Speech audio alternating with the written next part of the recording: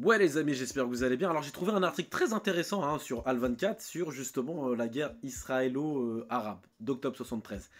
Et justement comment l'Algérie a renversé la situation grâce à sa bravoure militaire. Oui, c'est la fameuse bataille du port de Al-Adabiya. Et pas beaucoup d'Algériens connaissent cette histoire, mais on va la raconter vite fait. C'était la seule et unique fois où l'entité et l'Algérie s'affrontaient sur le terrain. Ouais. Et je vais vous la raconter.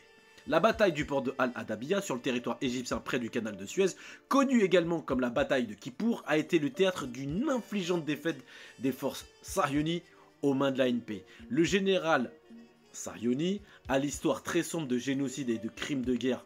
Ariel Sharon, qui deviendra ensuite Premier ministre de l'entité, avait même menacé des soldats, ces soldats, de liquidation s'ils révélaient la vérité sur ce qui s'est passé les 24 et 25 octobre dans le port de Al-Adabiya en Égypte.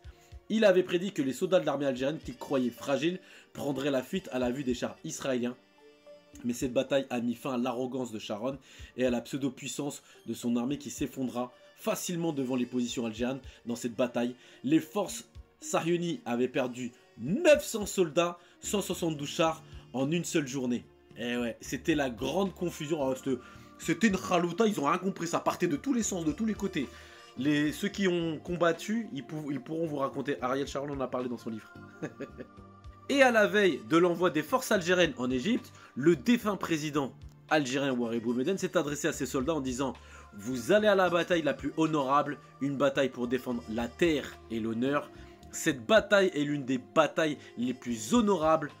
Nous ne pleurons pas pour celui qui y mourra, mais lui rendrons hommage, tel un martyr. » Ce grand discours de Boumedienne a diffusé l'esprit de courage et de bravoure parmi les soldats algériens qui se dirigeront en Égypte.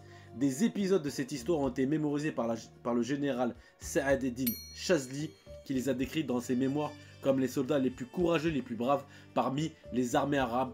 Le soutien algérien ne se limitait pas aux forces humaines, mais comprenait également un soutien militaire et économique. Dès que le président égyptien à l'époque, Anwar al-Sadat, a demandé un soutien, eh ben, Ouari Boumedienne n'a pas hésité à justement mettre 200 millions d'euros sur la table pour l'armement. Oui. Là, c'était l'honneur et la dignité, c'était voilà, c'était l'époque, c'était comme ça.